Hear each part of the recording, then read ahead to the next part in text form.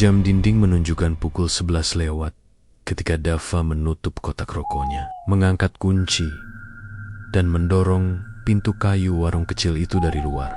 Hujan tadi sore menyisakan kelembapan di lantai, namun malam itu terasa kering angin, hanya sesekali menyelinap lewat sela-sela daun bambu. Di lorong depan, lampu neon yang setengah padam menimbulkan pijar yang pucat. Menyoroti papan kayu bertuliskan Mie Aceh Pak Amir, buka malam, yang catnya sudah terkelupas. Dava bukan pemilik lama warung itu. Ia baru mengontrak dari Pak Amir, yang katanya ingin pensiun, tapi masih sering muncul tiba-tiba memberi petunjuk soal resep. Dava mengambil alih karena janji rezeki. Warung itu selalu penuh di malam hari. Uang datang entah dari mana dan pelanggan tetap bilang mie di sini beda. Tetapi sejak menempati warung, Dava sering mendengar hal-hal yang tidak bisa ia jelaskan. Malam itu, seperti biasa, Dava menyiapkan bahan bawang merah yang masih berbau tanah, cabai kering yang dijemur, daun bawang, daging yang diasah tipis. Ia menyalakan kompor, menunggu panci berisi kaldunya mendidih. Warung hanya menampakkan 2 meja panjang, kursi-kursi kayu yang berderit, dan rak tempat lauk pauk yang dipajang semua tampak biasa pada siang hari. Tetapi pada gelapnya malam, bayangan-bayangan mengembang jadi sesuatu yang lain. Pengunjung pertama datang tepat tengah malam. Seorang supir ojek online bernama Iwan yang lebih sering tertawa keras daripada bertanya. Ia memesan mie rebus, lalu mengobrol soal pertandingan malam itu. Selama obrolan, Dava mendengar sesuatu dari arah dapur, bunyi panci, hantaman sendok. Tetapi ketika ia menoleh, dapur kosong, kulkas tua berdengung, meja kerja kosong, tidak ada siapapun di sana. Iwan hanya mengangkat bahu, berkata, "Mungkin ada satu kunci yang gak ketutup, Mas." Lalu makan dengan lahap seperti tidak melihat apa-apa. Setiap malam, ada yang melihat sesuatu. Gadis tukang parkir bernama Nina pernah bercerita dengan mata kecil yang menyipit bahwa ia pernah melihat sosok pria berkain sarung berdiri di balik uap mie sambil mengaduk. Wajahnya kabur, seperti tertutup asap.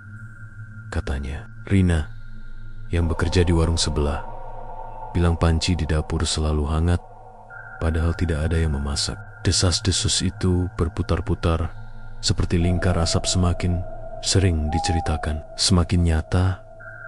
Dava sendiri awalnya menolak percaya cerita-cerita macam itu. Ia orang sederhana, kerja, simpan uang, kirim ke kampung.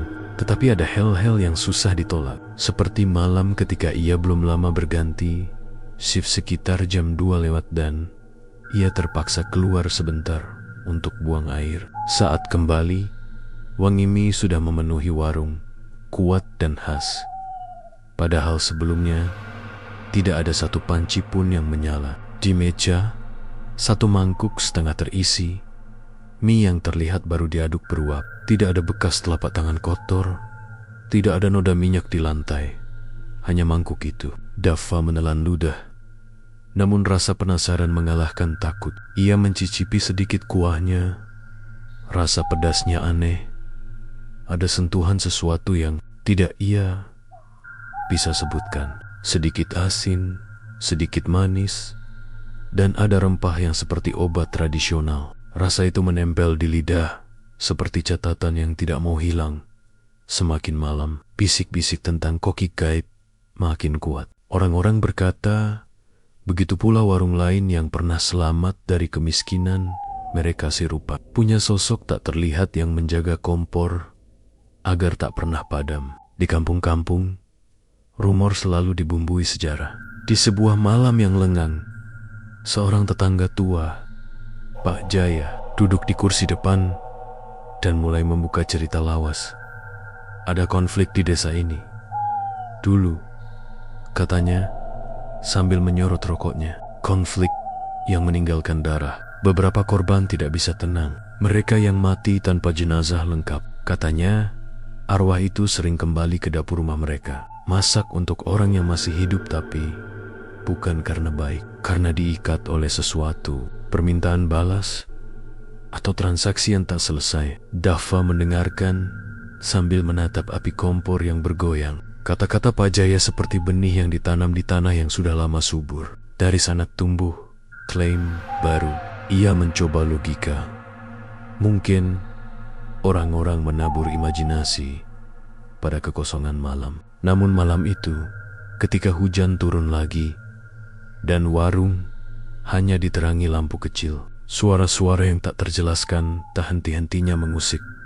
Tiba-tiba lampu neon berkedip sekilas gelap, lalu menerangi lagi.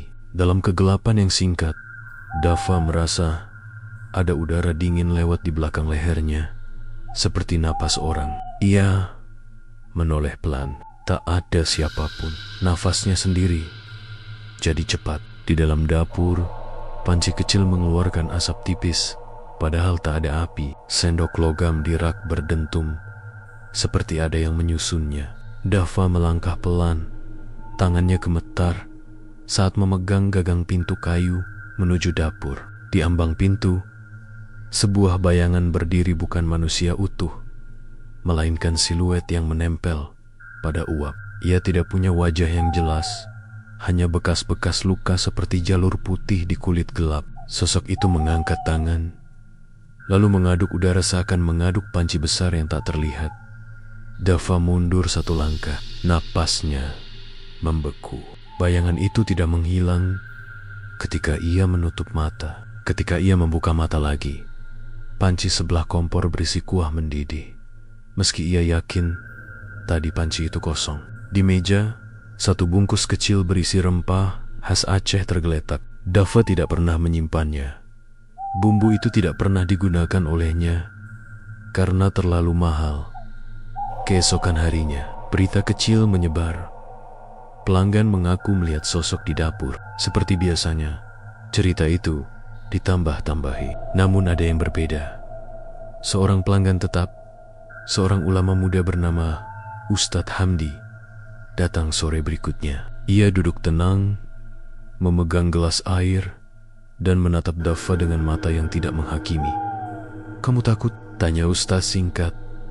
Dava mengangguk pelan. Ustadz menarik napas. "Arwah tak selalu jahat," katanya setelah sebentar. "Tapi kalau mereka mengikat hidup mereka dengan benda dan makanan, atau jika ada hutang yang belum dibayar, itu akan jadi beban, entah bagi yang hidup, entah bagi yang mati." Malam itu, Ustadz duduk di pojok, membaca doa-doa kecil. Kata-katanya seperti kain lap yang mengelap uap kelabu di udara. Suasana terasa lebih berat, namun juga sedikit lebih tenang. Beberapa pelanggan menunduk, berbisik antar mereka tentang sejarah desa konflik lama, keluarga-keluarga yang hilang, dan kesepakatan tak wajar yang dibuat waktu perang. Dava teringat sebuah nama yang pernah disebut orang tua dulu, Sulaiman. Nama itu disebut sekali, dua kali, seperti mantra. Konon, Sulaiman adalah pria yang dulu memasak bagi pasukan. Ia menghilang saat serangan mayatnya tak pernah ditemukan. Beberapa orang percaya jiwa-jiwa seperti dia tidak terikat ke tanah. Mereka terikat ke hal yang mereka cintai paling dalam: dapur, api, rasa. Di balik semua itu, ada hal kecil yang membuat Dava semakin waspada. Tiap mangkuk mie yang disajikan belakangan memiliki seutas rambut putih halus yang terselip di antara mie. Bukan rambut pelanggan, bukan rambutnya pula. Ia memeriksa kepala dan baju, tak menemukan kulit putih yang dapat menjelaskannya. Setiap kali ia menemukan rambut itu, pelanggan mengikuti piring dengan mata berbinar, seolah ada sesuatu yang mengikat mereka lebih kuat ke makanan itu dari sekadar rasa.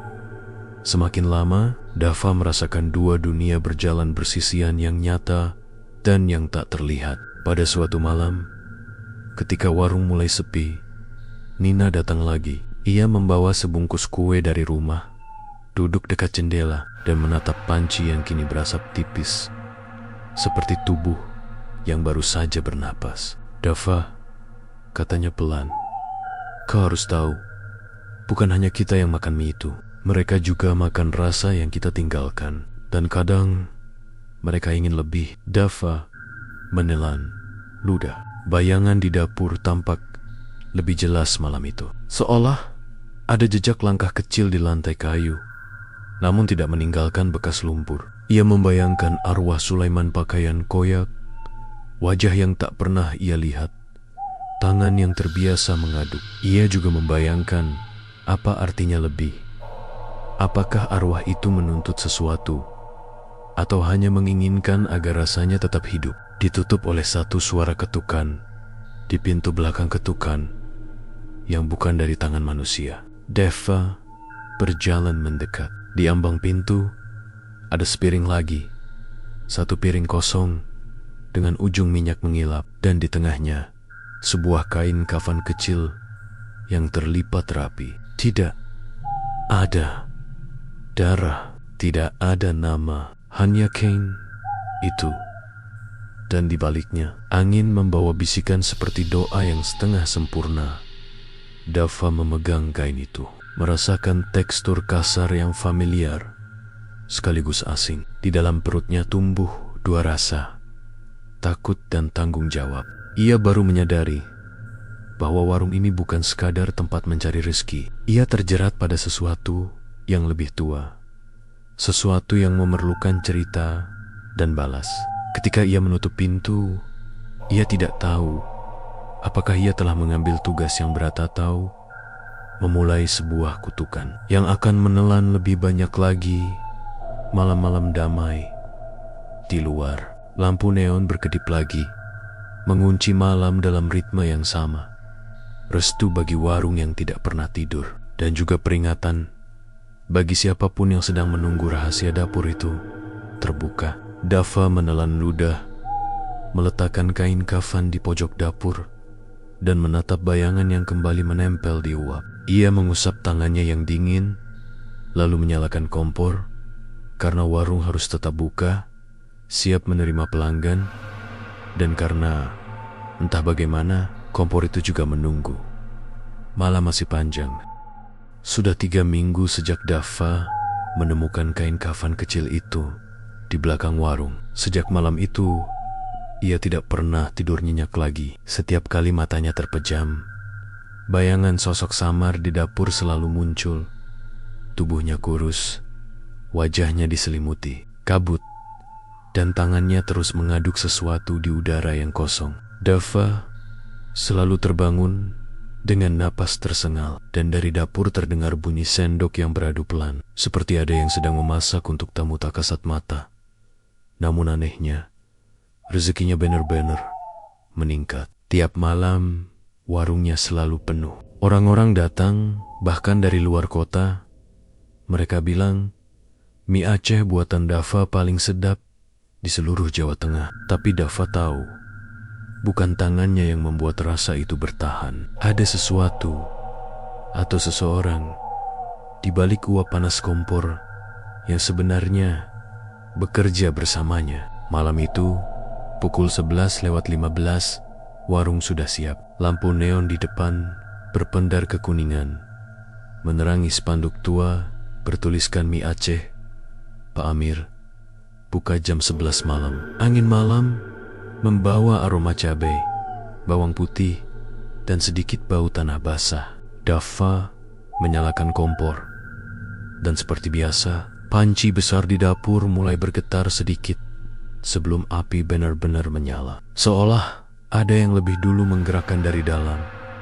Ia mencoba menenangkan diri, tapi ketika ia membuka tutup panci, ada uap tebal yang menyembur keluar, terlalu tebal untuk ukuran air biasa. Dari dalam uap itu terdengar suara lirih, serak, seperti bisikan orang yang sedang berdoa dalam bahasa yang tak ia kenal. Dava mundur selangkah. Di luar, suara pelanggan mulai berdatangan.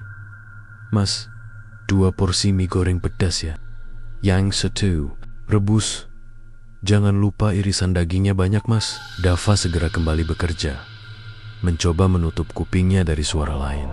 Tapi di sela suara pelanggan, ada satu nada aneh. Desis panjang, seperti seseorang sedang mengatur napas di dekat telinganya. Ia menoleh Dapur kosong, hanya wajan besar yang mengeluarkan bunyi gemerisik kecil, dan di lantainya ada bekas cipratan. Minyak membentuk pola yang aneh, seperti huruf-huruf Arab yang terdistorsi. Sore sebelumnya, Nina sempat memperingatkannya. "Dav, aku lihat sesuatu semalam," katanya lirih sambil menunduk. Di kaca belakang warung, ada bayangan orang sedang berdiri di belakangmu. Tapi bayangan itu terus ada, bahkan setelah kau keluar. Dava meneguk ludah. Ia tidak menjawab waktu itu. Tapi malam ini, kata-kata Nina terus terngiang. Ia tahu apa yang ia lihat malam-malam sebelumnya bukan sekadar bayangan. Ada sesuatu yang menetap di warung itu. Sekitar pukul 1 dini hari, pelanggan sudah berkurang. Dava duduk di kursi, meneguk teh panas. Uap dari gelasnya naik ke atas, menyatu dengan uap dapur yang tak pernah berhenti. Ia menatap panci besar di pojok, panci yang tidak pernah benar-benar dingin. Bahkan ketika apinya dimatikan, tiba-tiba pintu belakang terbuka pelan dengan bunyi krik. Angin dingin masuk. Dava berdiri cepat, tapi sebelum sempat menutup pintu, sesuatu bergerak di balik dapur. Suara langkah kaki pelan terdengar di lantai kayu. Tap, tap, tap. "Siapa di sana?" seru Dava setengah berani. Tidak ada jawaban. Tapi dari arah meja dapur, sendok logam jatuh sendiri. Suaranya memantul di ruangan yang sunyi. Dava mengambil senter dan menyorot ke arah itu. Di bawah meja tidak ada siapa-siapa, hanya genangan air kecil yang membentuk lingkaran, dan di tengahnya ada sesuatu.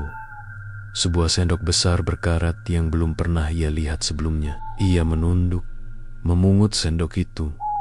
Berat, pegangannya hitam, seperti terbakar. Tapi di ujungnya tergores tulisan aneh. Sulaiman.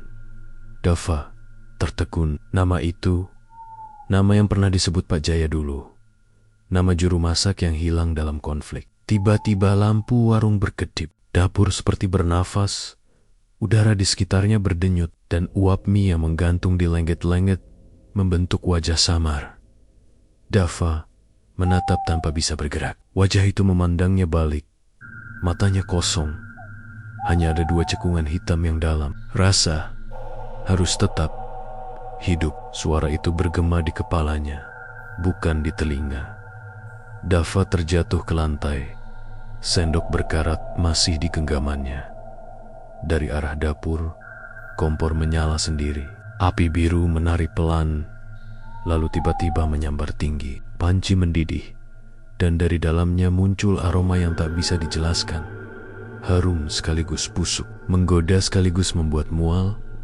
Dava berusaha mematikan kompor, tapi tangannya justru seperti menolak. Otot-ototnya tegang, tubuhnya digerakkan oleh sesuatu. Ia mengambil mie, menaruhnya di panci, mengaduknya seperti biasa. Tapi kali ini, tangan kirinya gemetar hebat. Ia sadar betul, gerakannya bukan miliknya. Ada tangan lain yang menuntunnya. Air matanya menetes. Ia berbisik, "Apa yang kau mau dariku?" Suara itu datang lagi, lebih jelas, dari arah kompor. "Kau memberi kami api, kami beri kau rasa. Tapi ingat, rasa tak datang tanpa harga." Dava tersentak, menjatuhkan spatula. Api langsung padam. Panci berhenti bergetar. Sunyi mendadak turun seperti kabut tebal. Ia berlari keluar warung, berdiri di pinggir jalan. Napasnya memburu. Di kejauhan, suara jangkrik terdengar, tapi di belakangnya, warung masih hidup. Lampunya berkedip, dan dari dalam terlihat bayangan orang sedang memasak. Bayangan itu mengaduk pelan, seolah-olah Dava masih di sana. Keesokan paginya, Rina dari warung sebelah datang, tergesa-gesa, wajahnya pucat. "Dev, semalam aku lihat warungmu nyala terus sampai subuh. Tapi waktu aku lewat, gak ada satupun orang di dalam. Tapi aku dengar ada yang nyanyi pelan, lagu Aceh. Suaranya serak, kayak orang tua." Dava tak sanggup menjawab. Ia hanya menunjuk ke dapur. Lihat sendiri, Rina menatap ke arah panci besar itu. Di dalamnya, air sudah berubah jadi pekat, seperti campuran minyak dan darah yang menempel di dinding panci. Di permukaannya mengambang sehelai rambut putih panjang. Rina mundur, menutup mulut. Ya Allah, Dav, ini apa? Dava hanya menatap, matanya kosong. Ia tahu kini, koki gaib itu bukan hanya legenda. Ia ada, nyata, dan kini sedang berbagi tubuh dengannya. Malam berikutnya, pelanggan datang lebih banyak dari biasanya, tapi semua mengaku hal aneh. Satu orang bilang, Menia terlalu hidup, seperti bisa berdenyut di mulut. Yang lain bilang mereka mencium wangi dupa dan darah segar saat mie dihidangkan. Dan satu pelanggan wanita tiba-tiba pingsan setelah melihat ke arah dapur, menjerit, di sana ada yang melambai dengan tangan tanpa daging. Dava menutup warung lebih cepat malam itu. Tapi saat ia akan mematikan lampu, kompor menyala lagi. Kali ini tanpa suara. Api kecil tapi stabil, seperti sedang menunggu.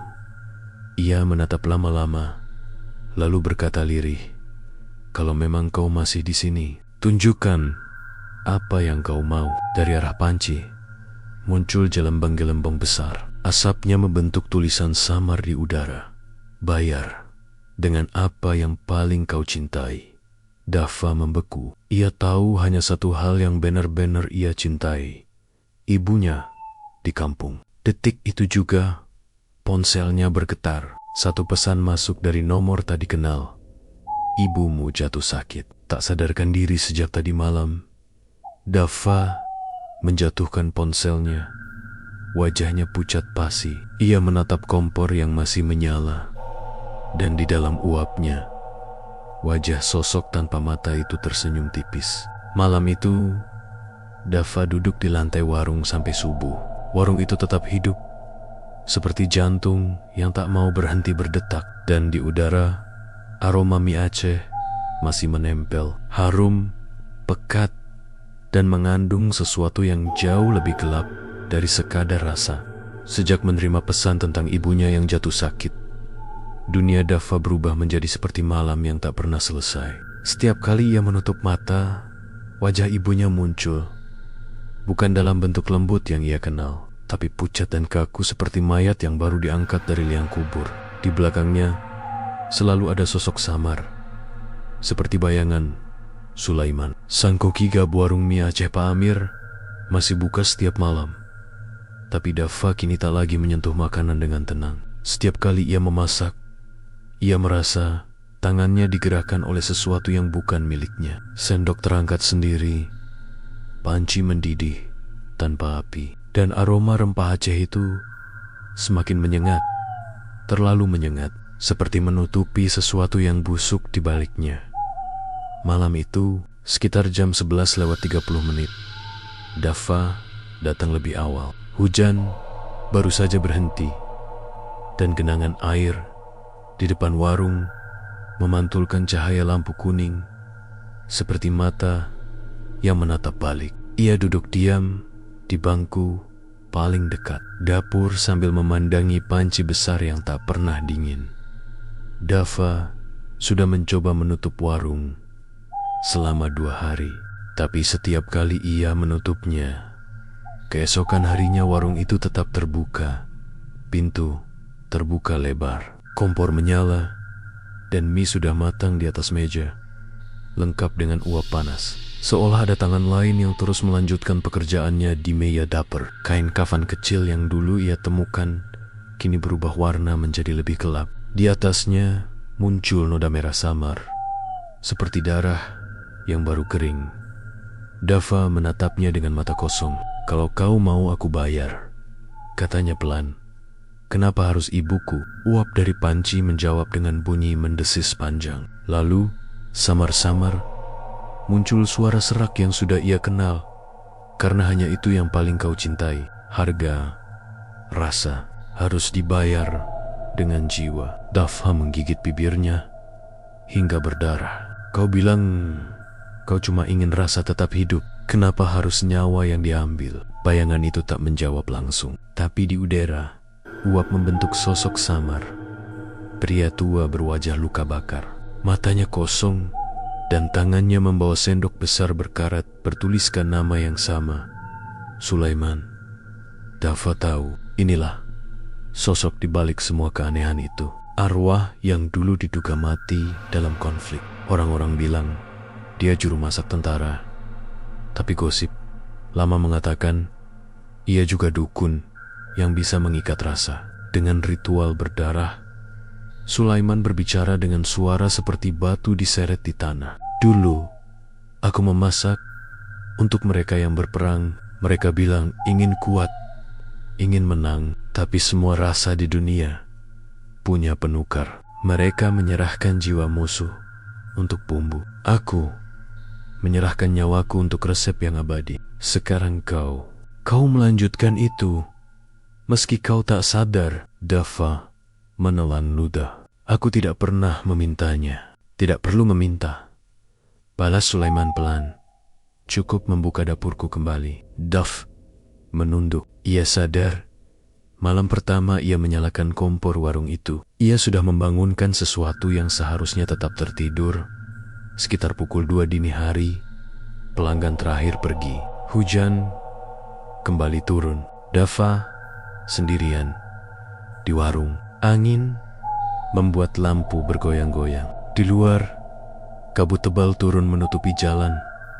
Ia menyalakan rokok, mencoba menenangkan diri, tapi baru 2 hisapan. Dari arah dapur, terdengar bunyi syekik. Syekik, seperti pisau mengiris daging. Ia menoleh, tapi tidak ada siapapun. Ketika ia melangkah ke dapur, aroma darah menyeruak. Di atas meja potong, ada sepotong daging merah segar, besar, tebal, dan masih meneteskan darah. Tapi yang membuat Dafa hampir muntah, daging itu bukan daging sapi atau kambing. Bentuknya seperti potongan lengan manusia. Di ujungnya terlihat kuku dan jari yang patah. Ya Allah, Daziz Dafa. Tubuhnya bergetar hebat. Namun, sebelum ia bisa mundur, dari arah pintu belakang terdengar langkah kaki. Tap, pelan, teratur, mendekat. Dafa memutar tubuhnya. Sosok itu muncul lagi. Sulaiman dengan wajah separuh hangus, menatapnya tanpa ekspresi. Kau pikir rasa bisa muncul tanpa korban? Katanya lirih. Setiap semangkuk mie yang kau jual, ada satu jiwa yang ikut termakan. Dan malam ini kau sudah hampir lunas. Tapi bukan aku yang menagih. Mereka yang lapar, yang dulu mati di tangan peperangan itu. Mereka yang menunggu rasa terakhirnya. Uap dari panci mendidih semakin pekat. Dari dalamnya muncul suara rintihan. Banyak, seperti ratusan orang menangis bersamaan. Dafa menutup telinganya. Tapi suara itu justru terdengar dari dalam kepalanya. Lapa, tiba-tiba pintu depan warung berderit terbuka sendiri. Angin dingin masuk membawa bau anyir, darah, dan dupa. Dari luar, samar-samar terlihat bayangan. Orang-orang berjalan mendekat. Tubuh mereka kurus, kulitnya abu-abu, matanya kosong. Mereka mengenakan pakaian compang-camping, sebagian dengan luka tembak di dada, sebagian lagi membawa peralatan dapur berkarat. Dafa terpaku. Jumlah mereka semakin banyak, memenuhi halaman warung. Sulaiman melangkah maju. Mereka datang mencari rasa yang kau hidupkan. Jiwa mereka tak pernah tenang, karena makanan terakhir yang kubuat dulu tak pernah selesai disajikan. Sekarang, kau harus menutup ritual itu dengan pengorbananmu sendiri. Tidak, Dafa berteriak, tapi tubuhnya kaku. Kakinya menolak bergerak. Sendok besar di tangannya bergetar, lalu seolah hidup, terangkat sendiri dan menuntunnya ke panci besar di tengah dapur. Api menyala tinggi tanpa disulut. Uap panas membakar wajahnya, tapi ia tak bisa mundur. Dalam uap itu, muncul wajah-wajah manusia. Satu persatu, menangis dan tertawa bersamaan. "Masaklah untuk kami," kata mereka dalam satu suara. Masak sampai rasa dan jiwa jadi satu. Air mata mengalir dari mata Dava. Tangannya bergetar, tapi tetap bergerak. Ia menuang bumbu, mie, potongan daging yang tadi, dan tak sadar, tetesan darah dari jarinya ikut jatuh ke panci. Sekali putaran sendok, uap berubah warna jadi kemerahan. Sekali lagi, aroma daging terbakar memenuhi ruangan. Dan ketika Dava berhenti mengaduk, suara rintihan itu lenyap. Sunyi. Hanya ada suara hujan di luar. Saat Dava menatap isi panci, ia melihat wajah ibunya di permukaannya. Wajah itu tersenyum, tapi lalu matanya berubah menjadi hitam legam, dan dari mulutnya keluar satu kalimat. "Terima kasih, Nak. Hutangmu sudah lunas." Dava jatuh berlutut, berteriak tanpa suara. Ketika sadar, ia sudah di luar warung. Pintu terkunci dari dalam. Ia mencoba membuka tepi-tek pisang. Dari celah kaca, terlihat bayangan Sulaiman berdiri di dapur, tersenyum samar, dan di atas meja, satu mangkuk mie mengepulkan asap. Di sisi mangkuk itu, selembar kain kafan baru tergeletak dengan tulisan kecil di ujungnya. Warung ini tak boleh tutup. Keesokan paginya, warga menemukan Dava pingsan di depan warung dengan tangan penuh luka bakar. Tapi yang paling mengerikan, di dalam warung tidak ada siapapun. Hanya aroma mie yang masih segar, seolah baru dimasak. Warung itu kembali buka malamnya, entah oleh siapa. Lampu neon tua menyala seperti biasa. Spanduknya tetap sama. Dan di kaca depan ada bayangan pria muda yang sedang mengaduk panci. Walau pintu warung masih terkunci rapat, di bawah spanduk ada tambahan tulisan kecil yang baru. "Mie Aceh tengah malam, rasa tak pernah mati." Sejak malam, ketika Dava ditemukan pingsan di depan warung, desa itu tidak lagi sama. Orang-orang mulai takut lewat di depan Mie Aceh tengah malam. Beberapa warga bersumpah pernah melihat warung itu tetap buka, padahal tidak ada seorang pun di dalamnya. Lampu menyala, uap keluar dari dapur, dan aroma mie pedas itu tercium sampai ke jalan raya. Yang paling menyeramkan, beberapa pelanggan tetap warung itu. Mereka yang datang seminggu terakhir, satu persatu menghilang tanpa jejak. Pak Jaya, tetangga tua yang dulu sering bercerita tentang masa konflik, datang menemui Nina dan Rina di sore yang kelabu. Wajahnya terlihat cemas, tangannya gemetar sambil membawa buku tua bersampul kulit hitam. "Aku tahu ini akhirnya terjadi," katanya lirih. "Ritual Sulaiman sudah terbuka lagi." Nina menatapnya, bingung. "Ritual apa, Pak?" Pak Jaya menatap jauh ke arah warung yang kini ditutupi tirai plastik. "Dulu, di masa perang, Sulaiman bukan cuma juru masak. Ia seorang tabib dan ahli mantra. Ia percaya bahwa kekuatan manusia bisa disatukan dengan rasa dari makanan. Ia masak untuk prajurit dengan darah musuh dan mantra api. Siapapun yang makan jadi kuat, tapi tak bisa mati dengan tenang. Jiwa mereka tertinggal di dapur itu.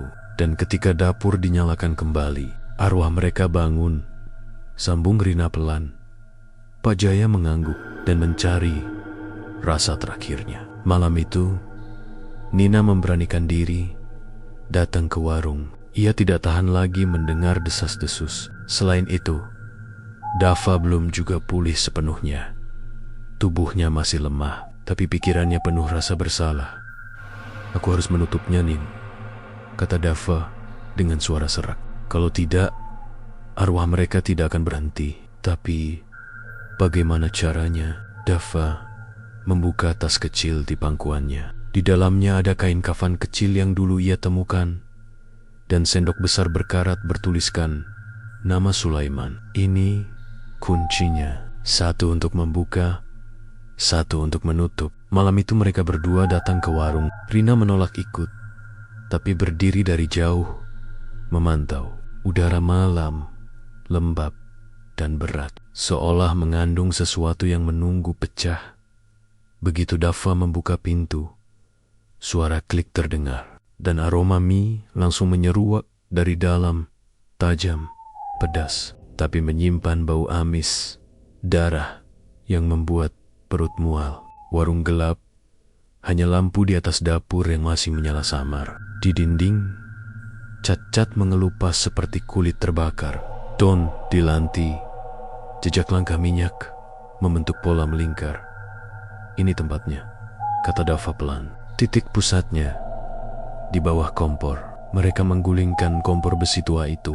Benar saja, di bawahnya ada papan kayu yang berbeda warna. Dava mencungkilnya dengan pisau. Dari bawah papan muncul gulungan kain putih kotor berisi tulang-tulang kecil dan wadah tanah liat. Nina menutup hidungnya. Ya Tuhan, ini apa? Dava menatapnya dengan mata kosong. Ini sisa dari arwah yang terikat. Ini bahan ritualnya. Tiba-tiba, udara di sekitar mereka menjadi lebih dingin. Lampu neon bergetar hebat, lalu mati. Gelap, hanya cahaya petir dari luar yang sesekali menyambar. Dalam gelap itu, terdengar langkah kaki berat. Tap, tap, uap panas keluar dari arah dapur, menebal cepat, dan dari dalamnya muncul sosok Sulaiman. Kali ini tidak lagi samar. Tubuhnya setengah gosong, matanya menyala merah, dan tangannya menggenggam sendok besar yang sama. Kalian tidak bisa menutup api yang sudah kubuka. Suaranya menggelegar. Rasa ini lahir dari darah, dan darah tak bisa dihapus dengan doa. Dava berdiri gemetar, memegang sendok berkarat yang ia bawa. Kalau kau yang membukanya, aku akan menutupnya. Sulaiman tertawa kecil. Kau pikir bisa menahan rasa lapar para arwah? Mereka sudah mencium bau tubuhmu. Kau bagian dari mereka sekarang. Uap di sekeliling dapur berubah bentuk, menjadi bayangan-bayangan manusia yang bergerak lambat. Wajah mereka penuh luka, matanya kosong. Mereka mendekat, mengelilingi Dava dan Nina. Nina berteriak, "Dav, cepat, lakukan sesuatu." Dava menggenggam sendok itu erat, mengangkatnya tinggi. Kalau rasa datang dari darah, maka biar darahku yang menutupnya. Ia memotong pergelangan tangannya sendiri. Darahnya memancar, jatuh ke panci besar yang masih berdiri di tengah dapur. Sekejap, api menyala dari dalam panci, besar, merah, membakar seluruh ruangan dengan cahaya yang menyilaukan. Sulaiman menjerit keras. Wajahnya meleleh seperti lilin terbakar. Suara arwah yang lain bergema di seluruh ruangan, menjerit antara sakit dan lega. Kami kenyang.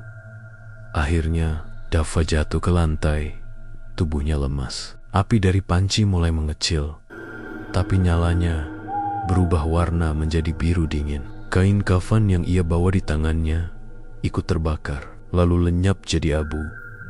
Nina menangis sambil berusaha menahan pendar darah di tangan Dava. Bertahan, Dav, kau sudah berhasil. Dengar aku. Sudah selesai. Tapi Dava hanya tersenyum samar. Palem, Apai ini harus pulang ke asalnya. Tiba-tiba api biru dari panci menyambar tubuhnya, membungkusnya perlahan, seperti kabut. Dalam sekejap, Dava dan api itu menghilang bersama. Tanpa suara, tanpa sisa, warung menjadi gelap dan hening. Keesokan harinya, warga menemukan Nina pingsan di depan warung. Tubuhnya berlumur abu, tapi hidup. Di dalam warung, tak ada siapapun. Kompor, panci, meja, semuanya lenyap. Hanya ada lantai hangus di tengah ruangan berbentuk lingkaran, dan di dalamnya terukir tulisan gosong samar. Rasa sudah pulang. Pak Jaya datang membawa kitab tua itu, membuka halaman terakhir. Di sana tertulis mantra penutup api dan nama terakhir yang tercatat sebagai penanggung rasa, Dava bin Rahman. Ia menutup kitab perlahan, lalu berbizak dia sudah menggantikan Sulaiman. Beberapa bulan kemudian, warung itu kembali dibuka oleh orang lain, pemuda dari luar kota yang tidak tahu apa-apa. Ia merenovasi bangunan, mengganti cat, dan memasang papan baru bertuliskan Warung Mie Aceh Dava, resep asli dari Aceh lama. Orang-orang datang lagi, tertarik oleh wangi bumbu dan rasa kuat yang sulit dijelaskan. Dan setiap malam, ketika dapur mulai ramai, jika kau berdiri di luar, kau bisa melihat sesuatu di kaca dapur. Bayangan seorang pemuda sedang mengaduk mie dengan senyum tenang di samping pria tua berwajah luka bakar. Keduanya tidak berbicara, hanya terus memasak bersama, menjaga api agar tak pernah padam. Dan dari uap mie itu, sesekali terdengar bisikan lembut, rasa tak pernah mati. Udara di Aceh malam itu begitu berat, seolah membawa aroma masa lalu yang belum selesai. Nina duduk di depan warung yang kini sudah direnovasi menjadi Warung Mie Aceh Dava, menatap papan nama itu dengan tatapan kosong. Orang-orang ramai makan, tertawa, menikmati mie yang katanya lebih enak dari sebelumnya. Tapi bagi Nina, setiap seruput kuah itu terasa seperti mendengar bisikan dari dunia lain. Sudah 3 bulan berlalu sejak kejadian malam itu. Dava lenyap, tidak pernah ditemukan. Polisi menganggapnya hilang, warga menganggapnya dikutuk. Hanya Nina yang tahu kebenarannya, bahwa Dava telah menjadi bagian dari api yang dulu dimiliki Sulaiman. Namun malam ini, ia merasakan sesuatu yang janggal. Angin malam membawa wangi mie itu ke arah rumahnya.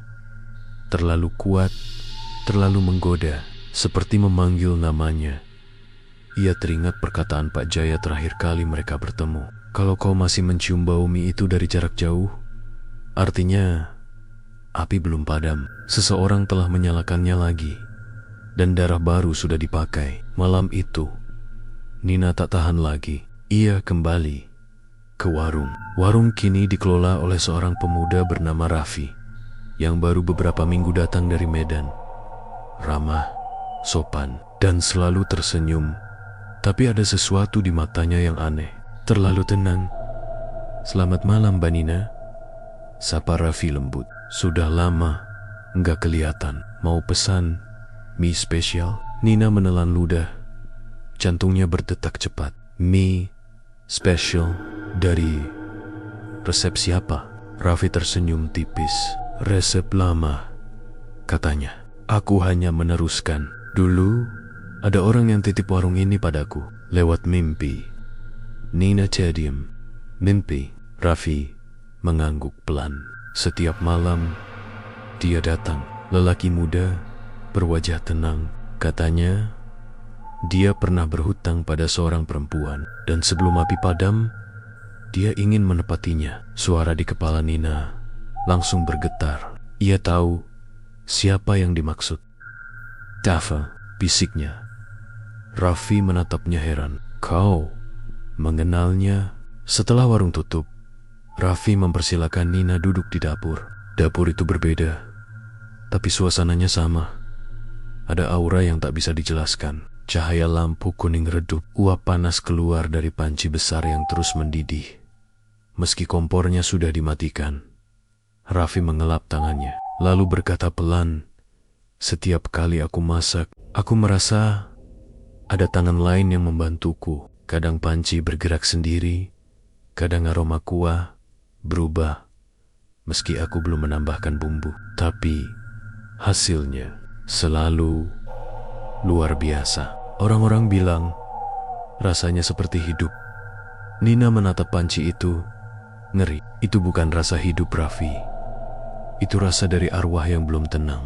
Raffi tertawa kecil, tapi wajahnya perlahan berubah suram. "Kalau begitu, kenapa mereka membantuku? Mereka tidak menyakitiku karena kau belum tahu," jawab Nina lirih. "Setiap kali mereka memberi rasa, mereka mengambil bagian dari jiwa yang makan. Itu sebabnya mie ini bikin ketagihan. Orang-orang yang sering makan di sini, lama-lama jiwanya kosong." Raffi tampak terkejut. Tapi sebelum ia sempat menjawab, panci di depan mereka mendidih hebat. Airnya meluap, seperti disentuh sesuatu yang tak terlihat. Dari dalam uapnya muncul wajah Dava. Namun kali ini matanya gelap dan kulitnya pucat, abu-abu seperti arang. Raffi berhenti, suaranya bergetar rendah. Jangan teruskan rasa ini. Nina menahan tangis. Dava, itu kau, kan? Aku tahu kau masih di sana. Tapi wajah itu perlahan berubah, melengkung menjadi senyum menyeramkan. Rasa tak bisa berhenti. Nina, aku cuma penjaga api. Yang menyalakannya bukan aku lagi. Uap berubah wujud. Kali ini muncul sosok lain, tinggi besar, memakai sorban hitam dengan bekas luka bakar di wajah. Sulaiman berdiri di belakang Dava. Suaranya berat dan parau. Darahmu dulu cukup untuk menutupku, Dava. Tapi ada darah baru yang membuka kembali segel itu. Kau tahu siapa? Dava menatap Raffi dengan tatapan sendu. Dia, Raffi, terpaku. Tapi aku cuma masak. Aku cuma ikuti mimpi. Sulaiman tertawa lirih. Mimpi itu panggilan. Kau menyambutnya dengan tangan terbuka. Saat pertama kali kau memotong jarimu saat mencicip bumbu, darahmu jatuh ke panci. Saat itulah aku kembali. Raffi gemetar, menatap jarinya yang masih ada bekas luka kecil. Ia ingat benar malam itu, ia memotong jarinya sedikit dan darahnya menetes ke kuah mendidih. Tapi ia tak menyangka itu membuka jalan bagi arwah. Nina mundur perlahan, tapi panci itu bergetar hebat. Uap semakin pekat, berubah menjadi tenggen tangan hitam yang keluar dari dalamnya, mencoba meraih Raffi. Ia berteriak, tapi tangannya sudah tersambar, diseret ke arah panci. Dava berusaha menahannya, tapi tubuhnya seperti kabut, tak bisa menyentuh dunia nyata. Raffi, tutup pancinya. Gunakan darahmu sendiri untuk menutupnya lagi. Aku tak bisa, jerit Raffi. Aku tak mau mati. Sulaiman mendekat, menatap Nina. Kau tahu caranya, perempuan. Darah harus dibayar darah. Kalau bukan dari pemilik rasa, maka dari yang dicintainya. Nina memandang Dava, lalu Raffi yang sedang diseret oleh tangan hitam. Ia sadar satu-satunya cara menyelesaikan semua ini adalah dengan menutup ritual dengan darah baru, darah yang tulus, bukan korban. Ia menarik pisau dapur di dekatnya dan menatap Dava dengan air mata jatuh. Kalau cinta bisa memanggil jiwa, maka cinta juga bisa menenangkannya. Sebelum Dava sempat menghentikannya, Nina menggores pergelangan tangannya dan menjatuhkan darahnya ke dalam panci. Seketika, api biru menyala, lebih besar dari sebelumnya, menyelimuti seluruh dapur. Suara jeritan Sulaiman menggema, tubuhnya meledak menjadi abu. Dava memeluk Nina di tengah cahaya itu, tapi pelukannya terasa dingin dan perlahan memudar. Nina, kau seharusnya tidak perlu ikut. Nina tersenyum lemah. Sekarang rasa itu sudah tenang, Dav. Aku cuma ingin ikut pulang bersamamu. Dan dalam cahaya biru itu, keduanya menghilang, perlahan, seperti bayangan yang larut bersama uap.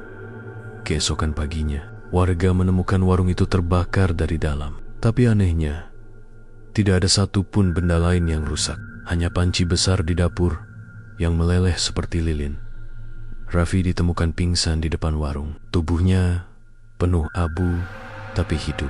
Saat sadar, ia melihat di dinding warung terukir tulisan "Gosong samar". Rasa sudah lengkap. Cinta telah menutup api. Raffi menatap tulisan itu lama. Ia tak membuka warung lagi. Ia meninggalkan Aceh malam itu juga dan tak pernah kembali. Namun bertahan-tahan kemudian, di pinggiran kota Medan, muncul sebuah warung kecil tanpa nama. Orang bilang rasa minia luar biasa, pedasnya menggigit, dan setiap suapan membuat tubuh hangat seperti diselimuti api. Di dapur, konon sering terlihat bayangan seorang lelaki muda dan seorang perempuan berdiri berdampingan, memasak dalam diam, dan di udara, uap mie itu masih membawa bisikan yang sama seperti dulu. Rasa tak pernah mati, tapi kali ini, ia sudah tenang. Sejak kebakaran terakhir itu, nama warung mie Aceh Tengah Malam perlahan hilang dari peta kota. Tak ada yang berani menyebutnya lagi, tapi kisah tentang mie yang rasanya hidup terus menyebar dari mulut ke mulut. Bahkan setelah Nina dan Dava dikatakan meninggal, sebagian orang masih bersumpah mencium aroma kuah pedasnya setiap kali tengah malam turun, terutama saat hujan deras dan listrik padam. Tapi bagi mereka yang tahu, terutama orang tua setempat seperti Pak Jaya, itu bukan sekadar cerita rakyat. Itu adalah bagian dari sesuatu yang jauh lebih besar. Ritual rasa abadi. Beberapa bulan setelah kejadian itu, Pak Jaya mulai menggali sejarah lama yang ia simpan selama bertahun-tahun. Ia membuka kembali kitab tua yang dulu diwariskan oleh kakeknya, seorang ulama sekaligus tabib dari masa Perang Aceh. Di halaman-halaman terakhir kitab itu, tertulis nama yang sudah lama ia tak berani sebut. Sulaiman bin Faruk, penyatu rasa dan jiwa. Tulisan itu tidak hanya bercerita tentang Sulaiman, tapi tentang sebuah ritual kuno yang disebut santapan jiwa. Sebuah tradisi gelap dari masa konflik, di mana para tabib dan dukun memasak untuk prajurit agar mereka tidak takut mati. Karena di setiap suapan terkandung doa, darah, dan potongan kecil dari roh mereka sendiri. Makanan itu memberi kekuatan luar biasa, tapi setelah perang usai, banyak dari mereka tak bisa mati dengan tenang. Ruh mereka tetap lapar, mencari rasa yang belum lengkap, rasa yang hanya bisa disempurnakan dengan darah manusia. Malam itu, Pak Jaya didatangi seorang lelaki asing. Wajahnya kurus, kulitnya legam, seperti terbakar, dan matanya memerah, seolah tak pernah tidur. Ia memperkenalkan diri pelan. "Namaku Arman.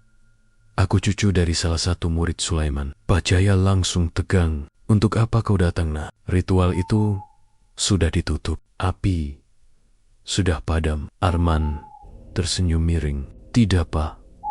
Api tidak pernah padam, ia hanya berpindah tempat. Dan kini, aku ingin membawanya pulang." Ia menaruh sebungkus kecil di atas meja. Saat dibuka, isinya adalah segenggam abu halus berwarna abu-abu kebiruan. Abu yang masih berbau bumbu mie dan darah. "Ini sisa dari panci warung itu," kata Arman. "Aku menemukannya di reruntuhan." "Pak," Jaya bergidik. "Kau gila, nak. Itu bukan abu biasa. Di dalamnya masih ada roh yang belum tenang." Arman tersenyum dingin. "Justru itu yang kucari." Beberapa hari kemudian, kabar aneh mulai menyebar lagi. Di pasar, orang-orang bercerita tentang seorang pedagang baru yang menjual mie Aceh versi resep leluhur. Katanya, rasanya mirip seperti warung lama yang sudah terbakar dulu. Warung itu buka di pinggir sungai, jauh dari pemukiman. Buka hanya jam 11 malam dan tutup sebelum azan subuh. Orang-orang yang berani datang pulang dengan wajah pucat, tapi terus kembali esok malam. Ada yang bilang setelah makan di sana, tubuh mereka terasa ringan. Mimpi jadi aneh. Bahkan beberapa mengaku melihat bayangan koki lain berdiri di belakang Arman, tinggi, berwajah hangus, dan tersenyum lebar. Suatu malam, Pak Jaya memberanikan diri datang ke sana. Langit mendung, angin berdesir pelan. Warung itu kecil, tapi bersih dan terang, seolah menantang kegelapan. Aroma mie pedas tercium kuat, bercampur dengan bau dupa dan tanah basah. Arman menyambutnya dengan senyum ramah. "Selamat datang, Pak. Sudah lama saya menunggu." Pak Jaya menatap tajam. "Kau tahu siapa aku?" "Tentu," jawab Arman tenang. "Kau penjaga kitab. Aku murid dari mereka yang pernah menulisnya." Di meja dapur, Panci besar mendidih, tapi tidak di atas api, seolah mendidih sendiri. Dari dalamnya muncul uap berwarna kemerahan, dan di antara uap itu tampak bayangan Sulaiman, dan di belakangnya Dava Pajaya terperanjat. FFA. Kau masih di sana. Dava menatapnya dengan mata sayu. Aku tak bisa pergi, Pak. Aku bagian dari api sekarang. Tapi anak ini, Arman, dia membangunkanku lagi. Dia ingin melanjutkan ritual rasa. Arman menepuk panci dengan sendok kayu. Ritual ini belum lengkap. Sulaiman ingin rasa abadi, rasa yang tidak hilang oleh waktu. Untuk itu dibutuhkan 3 jiwa: penjaga rasa, pembawa darah, dan pemakan terakhir. Pak Jaya berbisik pelan. Kau ingin melibatkan manusia lagi? Arman mengangguk. Aku sudah punya 2, tinggal 1. Pemakan terakhir, orang yang berani makan dari panci ini dan tak mati. Tiba-tiba suara langkah terdengar dari luar. Seseorang datang, seorang perempuan muda. Wajahnya pucat, matanya kosong. Pak Jaya menatapnya kaget. Nina, tapi itu bukan Nina yang ia kenal. Tubuhnya sama, tapi auranya lain. Ia berjalan lambat, seperti dikendalikan. Dari matanya memancar cahaya biru samar. Arman tersenyum puas. Lihat, Pak, pembawa darah sudah kembali. Tubuhnya mati, tapi jiwanya masih hangat. Ia akan membantu menyempurnakan ritual. Pak Jaya mundur. Tubuhnya bergetar. Kau Hila, kau main-main dengan roh yang sudah tenang. Tapi sebelum ia bisa berbuat apa-apa, Arman mulai membaca mantra dalam bahasa tua. Panci itu bergetar keras. Api biru muncul, dan aroma bumbu tiba-tiba berubah. Dari wangi menjadi busuk, seperti daging busuk dan darah basi Ninya menjerit. Tapi suaranya seperti 2 lapisan. Satu milik dirinya, satu lagi milik entitas lain. Aku ingin bebas. Namun suaranya disusul suara lain dari mulut yang sama. Tidak, kau milikku sekarang. Dava berteriak dari dalam uap. Arman, berhenti. Kau tak tahu apa yang kau buka. Tapi Arman terus membaca mantra. Matanya kini hitam seluruhnya. Tubuhnya mulai berasap. Kulitnya merekah seperti terbakar dari dalam. Sulaiman berdiri di belakangnya. Tersenyum puis. Roh lamanya kini sepenuhnya masuk ke tubuh Arman. Pak Jaya melihat itu semua dan tahu satu hal. Hanya api asli yang bisa memutuskan ritual. Ia mengangkat kitab tua, membaca doa penutup, lalu melemparnya ke dalam panci. Panci meledak, bukan dengan suara keras, tapi dengan semburan cahaya biru yang menyilaukan seluruh ruangan.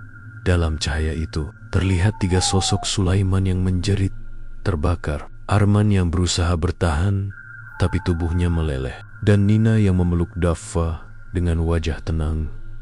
Suara Dava bergema di tengah cahaya. Rasa harus berakhir di sini. Cahaya itu meledak keluar, menembus atap warung, membentuk pilar api biru menjulang ke langit, lalu padam dalam sekejap. Keesokan harinya, hanya ada sisa-sisa kayu hangus di pinggir sungai. Tak ada panci, tak ada tubuh, tak ada tanda kehidupan. Tapi di tempat itu, tanahnya selalu hangat. Bahkan saat hujan deras, Pak Jaya menatap bekas warung itu lama. Di tanah, ia melihat bekas ukiran samar, terbentuk dari arang. Rasa abadi telah tertutup, tapi selamanya dunia akan mengingatnya. Ia menutup kitab baru yang ia tulis dari sisa-sisa ingatan malam itu, lalu berbisik, semoga tidak ada yang mencoba memasak dari rasa ini lagi. Namun, entah mengapa, saat ia berjalan pulang, angin membawa aroma mie pedas yang familiar. Dan di kejauhan, di antara kabut sungai, tampak panci tua mengapung perlahan, seperti sedang menunggu seseorang datang dan menyalakan apinya lagi. Kabut turun tebal malam itu. Sungai yang dulu menjadi tempat berdirinya warung Arman, kini berubah menjadi tanah sunyi, ditumbuhi rumput liar dan pepohonan miring yang seperti membungkuk ke arah air. Tak ada yang berani lewat situ setelah maghrib. Warga menyebutnya tepi rasa, tempat di mana bau bumbu dan darah masih sesekali muncul tanpa sebab. Tapi bagi Yusuf, seorang perantau muda dari Banda Aceh yang baru datang ke daerah itu, semua cerita horor hanya dianggap takhayul kampung. Ia mendirikan tenda di tepi sungai, berniat membuka usaha kesil kosilen, warung mie sederhana untuk para nelayan malam. Kalaupun tempat ini angker, katanya tertawa kecil pada teman-temannya, paling cuma ular atau biawak, bukan hantu. Namun malam pertama di sana membuat Yusuf sadar tempat itu memang hidup. Sekitar jam 11 malam, ia menyalakan kompor untuk pertama kalinya. Udara terasa dingin menusuk. Tapi saat panci mulai panas, angin berhenti berhembus. Dari sungai, kabut naik perlahan, menyelimuti sekeliling warung kecilnya. Yusuf meneteskan minyak, memasukkan bawang merah dan cabai. Tapi begitu sendoknya beradu dengan wajan, terdengar gema samar. Bukan gema suara logam, tapi seperti suara orang lain, menirukan gerakannya dari jauh. Klang, klang, klang. Ia menoleh ke belakang. Tidak ada siapapun, tapi dari permukaan sungai terlihat riak aneh, seperti sesuatu besar di bawah air sedang bergerak mendekat. Tiba-tiba, api kompor menyala lebih besar dari biasanya, menyembur biru. Yusuf kaget, mematikan gas, tapi api tidak padam, dan dari tengah kobaran biru itu muncul bentuk aneh. Panci logam tua, berkarat tapi utuh, seolah muncul dari udara. Ia melangkah mundur, wajahnya pucat. Astagfirullah, ini dari mana? Namun rasa takutnya kalah oleh rasa penasaran. Ia memegang panci itu, dan saat tangannya menyentuh logam dinginnya, sekelebat bayangan muncul di pikirannya. Potongan wajah orang yang memasak, menangis, dan berteriak di tengah api. Lalu, suara berbisik masuk ke telinganya. Masaklah, Yusuf, teruskan. Rasa yang belum selesai. Beberapa hari kemudian, warung Yusuf mendadak ramai. Orang-orang datang dari jauh. Mereka bilang mie buatan Yusuf punya rasa aneh, kuat, gurih, dan bikin candu. Sekali coba, tak bisa berhenti. Ia sendiri tidak tahu kenapa. Ia hanya mengikuti bisikan yang selalu datang setiap kali memasak. Suatu malam, saat Yusuf sedang menyiapkan pesanan terakhir, seorang tamu datang. Laki-laki tua, kurus, dengan sorban putih kusam. Pak Jaya. Ia menatap panci di dapur dengan wajah kaget. Kau dari mana dapat panci itu, nak? Yusuf menatapnya heran. Panci ini muncul sendiri. Entah kenapa, kalau pakai ini, rasanya jauh lebih enak. Pak Jaya gemetar. Itu bukan panci, nak. Itu wadah rasa. Di dalamnya masih ada arwah yang belum tenang. Kau harus hentikan ini sebelum terlambat. Tapi Yusuf menggeleng. Tak bisa, Pak. Pelangganku makin banyak. Mereka bilang makananku bikin mereka merasa hidup lagi.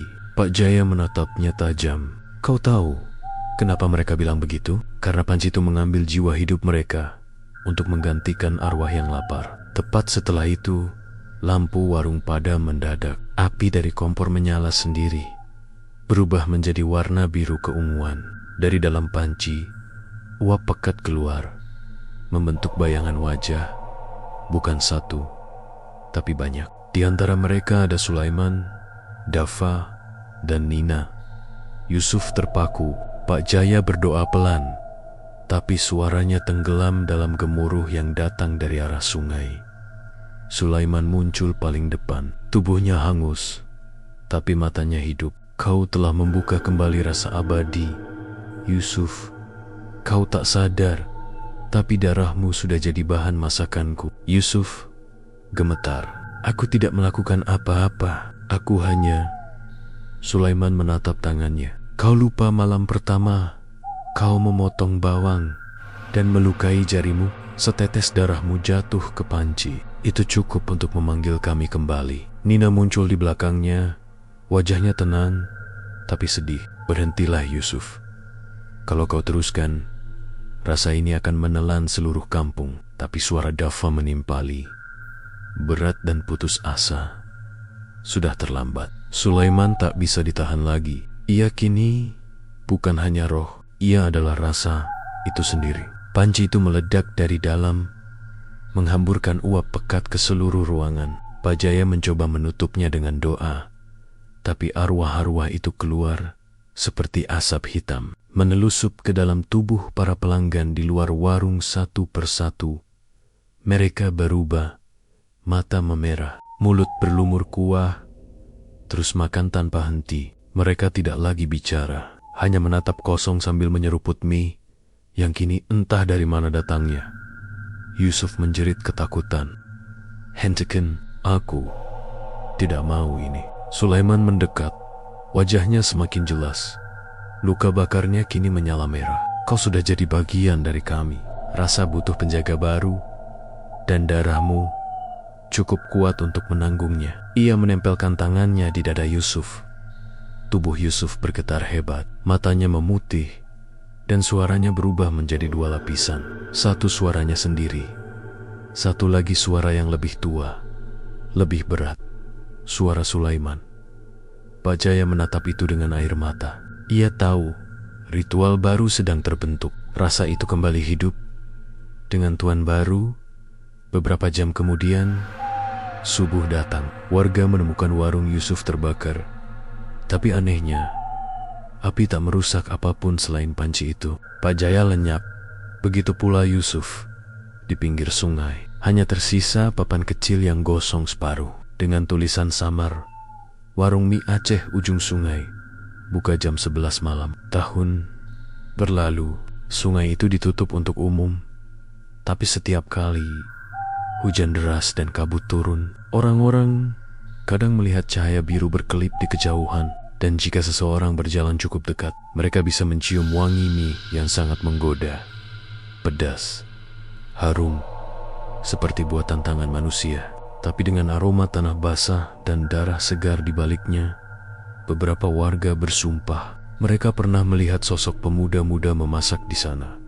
Wajahnya tenang, matanya biru samar, dan di belakangnya berdiri bayangan hitam besar berwajah luka bakar, mengaduk panci yang tak pernah berhenti mendidih. Konon, suara dari warung itu masih bisa terdengar kalau malam sangat sepi. Klang, klang, klang. Suara sendok logam beradu dengan wajan, diikuti bisikan lembut. Rasa tak pernah mati, hanya berpindah tangan. Ritual itu tak bisa dihentikan, hanya bisa ditunda. Setiap generasi akan selalu ada satu orang yang terpanggil, tanpa sadar menyalakan api yang sudah lama padam. Mereka akan memasak dengan cinta, tapi rasa itu akan memakan mereka perlahan, sampai waktu memilih penjaga baru. Dan di tengah malam, ketika aroma mie Aceh yang pedas dan wangi muncul dari arah sungai, siapapun yang mencium bau itu, percayalah, kau baru saja diundang ke ritual rasa abadi.